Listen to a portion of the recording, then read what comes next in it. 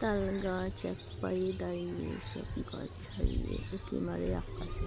এইদিকে কত তাল তাল ধরে আছে, দেখে নাও কে কে খাবে তাল, চলে এসো খেয়ে নাও।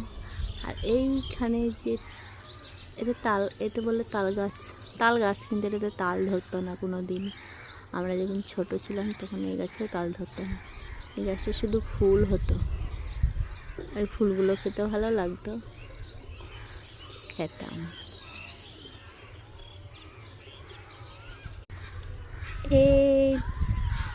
এই তাল গাছটা আছে, এই তাল গাছের ফাঁকে ফাঁকে যে বাড়িটা দেখা যাচ্ছে, একতলা বাড়িটা, ওই বাড়িটা হলো আমার নানির বাড়ি।